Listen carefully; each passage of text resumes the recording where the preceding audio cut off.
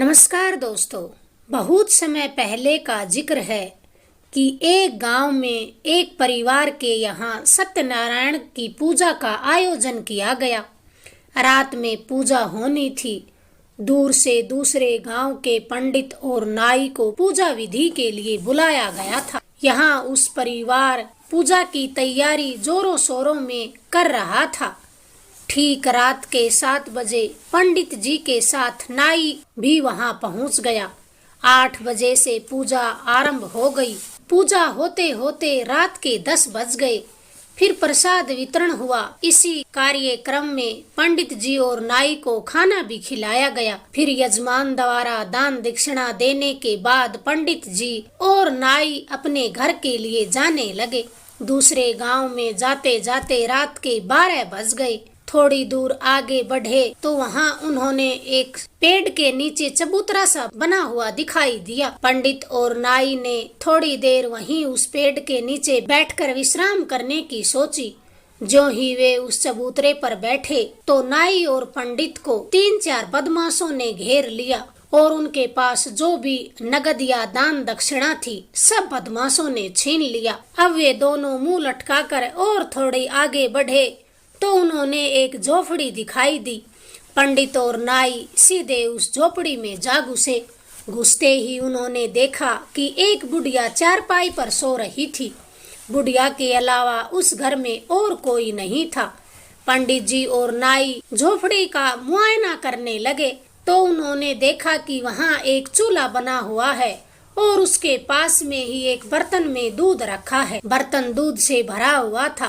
पंडित दूध को देखकर बड़ा खुश हुआ। पंडित फिर इधर उधर कुछ और ढूंढने लगा। तभी उसे एक डब्बे में कच्चे चावल रखे नजर आए। फिर वह चीनी ढूंढने लगा तो एक डब्बा चीनी भी मिल गई। फिर पंडित और नाई ने खीर बनाने का मन बना लिया।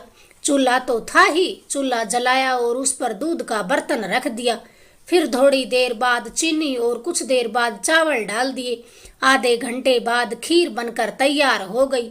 अब दोनों खीर खाने की तैयारी में थे कि नाई ने कहा, पंडित जी एक बार बुढ़िया की तरफ तो देखो, लगता है बेचारी भूखी है और बेचारी का मुंह भी खुला है। क्यों न थोड़ी सी खीर हम इस बुढ़िया को ही खिला दें। हाँ ठीक कहते हो, खिला देते हैं। नाई ने फिर गरम खीर की चम्मच भर के बुढ़िया के खुले मुंह में डाल दी। अब बुढ़िया का मुंह लगा जलने तो वह जोर से चिल्लाई। नाई तो डर के मारे झोपड़ी के बीच खड़ी एक लंबी और मोटी लकड़ी के ऊपर चढ़ गया। पंडित फिर जल्दी से बुढ़िया की खटिया के नीचे ही जाकर छुप गया। अब बुढ़िया ऊपर वाले को याद कर पुकारी तो नाई ने कहा, नीचे वाले को क्या कुछ नहीं कहोगी? बुढ़िया यह सुन हक्का बक्का रह गई। वह जोर जोर से चिल्लाने लगी। चिल्लाहट सुन करके आसपास के लोग सब बुढ़िया के यहाँ आ गए और पंडित और नाई को पकड़कर बंदी बना लिया। सुबह होते ही गांव के सभी लोग बुढ़िया के यहाँ पहुँचे। पंडित और नाई को डांटने लगे तो पंडित तथा नाई ने रात की सारी कहानी लोगों को बताई। तब लोगों ने पंडित व नाई को चेतावनी देते हुए छोड़ दिया कि ऐसा काम आइंदा से न करें। पंडित और नाई अब अपनी गलती मानकर अपने घर की ओर चल पड़े। अगर आपको ये कहानी पसंद आई, प्लीज चैनल को लाइक करें, शेयर करें, सब्सक्राइब करें। धन्यवाद दोस्तों।